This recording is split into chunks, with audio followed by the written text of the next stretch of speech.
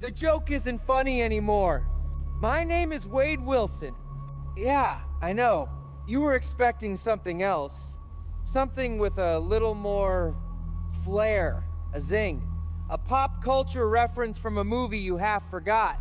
Not today. Today, I just want you to listen. No interruptions, no chimichanga breaks, just listen, please. You see this suit? The red and black.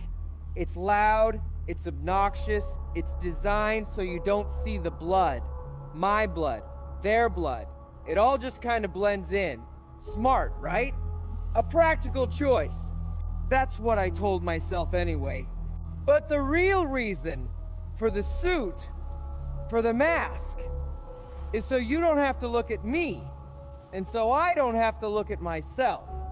Before all this, before the freak show, I was just a guy, Wade, a guy who was good at hurting people for money. Not proud of it, but it paid the rent. It was a skill, like being a baker or a carpenter, but with more screaming. I wasn't a good person, I know that. I was selfish, I was a coward. I ran from everything that was real. And then I met her, Vanessa. And for the first time, I didn't want to run.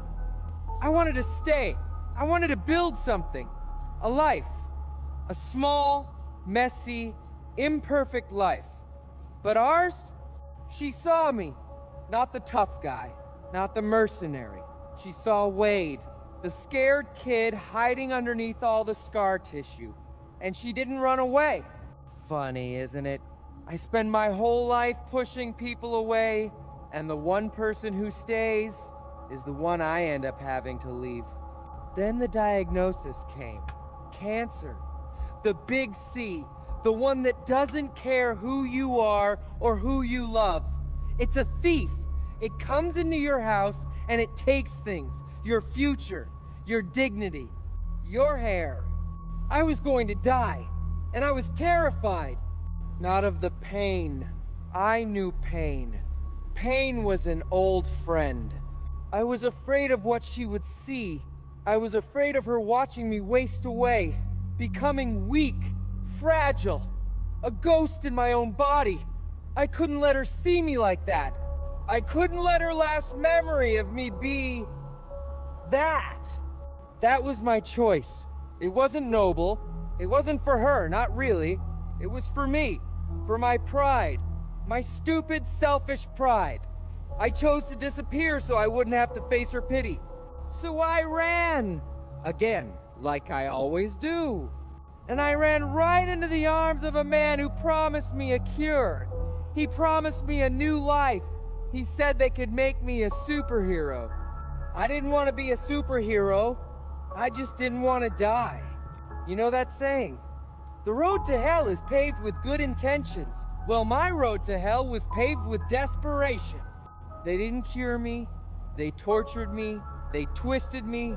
They burned the cancer out of my body by setting every single cell on fire. Over and over and over again. The pain. I don't have words for it. It wasn't just physical. It was elemental. It unmade me. It took Wade Wilson, the guy who loved a woman and was afraid of dying, and it scraped him out from the inside. And in that empty space, something else grew. This, the healing factor, the curse, the thing that won't let me die, and the face. Oh, the face! The topographical map of a nightmare. They took my face from me. The last piece of the man Vanessa fell in love with. So I put on a mask, and I started telling jokes. It was a defense mechanism, you know? If I'm the one making the joke, then the joke isn't on me. If I'm laughing, then I'm not screaming. If I can make you laugh, you won't notice the monster underneath. The fourth wall breaks, talking to you, right now. That's not a superpower. It's a symptom. My mind broke. It shattered into a million pieces, and in the process, I started to see the cracks in everything else. I see the scaffolding, the cameras, the script. I know this is all a show. I know I'm a character in a story. And you know what? It helped. For a while. Because if nothing is real, then the pain isn't real. The loss isn't real. The man I used to be. Maybe he wasn't real either. It's all just ink and paper, bits and bytes. So I played the part. I became the Merc with a mouth, the regenerating degenerate, the clown prince of carnage. I cracked wise while I cracked skulls. I danced through firefights. I made a punchline out of tragedy. Because it was easier than feeling it. Every bad guy I put down, I told myself it was for the greater good. That I was one of the good guys. A very, very dysfunctional good guy. But who was I kidding? Every bullet was for me. Every punch I threw was at myself. I was trying to destroy the man who made that selfish choice. The man who ran away. I was trying to kill Wade Wilson. But he won't die.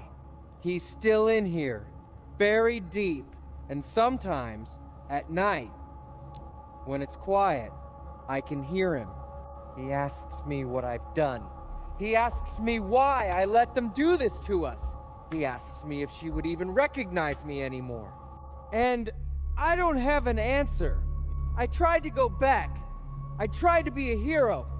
I teamed up with the Shiny Boys in spandex, the X-Men, Colossus. He really tried.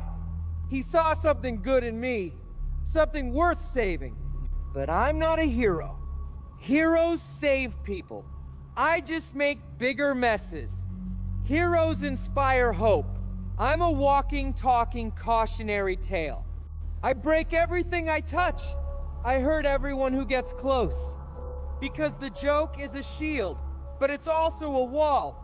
I've built it so high and so thick that no one can get in. Not anymore, not even me. I'm trapped in here, playing a part. The funny man, the killer clown.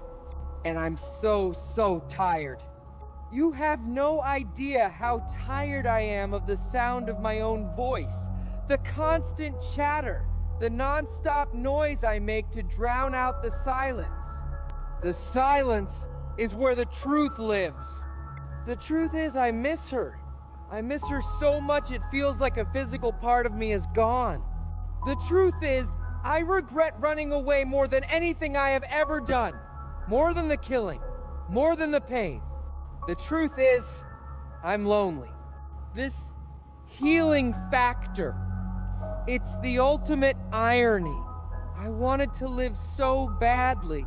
And now, I can't die. I'm stuck. I have to watch everyone I care about grow old. Move on. Leave me behind. I'm a punchline to a joke that God told and then forgot. So why am I telling you all this? Maybe because you're the only one who's always been there. Watching from the other side of the screen, you've seen it all. The good, the bad, the ridiculously ugly. Maybe I'm hoping that if I just stop joking for 1 second, if I take off the mask and show you the real, raw, ruined thing underneath, maybe you'll see what she saw. Just a man. Just Wade. I didn't ask for this. Not really. I just made a bad choice out of fear. And I've been paying for it every single second of every single day since. Everything I do. The violence, the chaos, the endless, stupid jokes. It's all just a clumsy attempt to find my way back. Back to something that felt real. Back to a life where my touch didn't ruin things. Back to a world where my face didn't make children cry.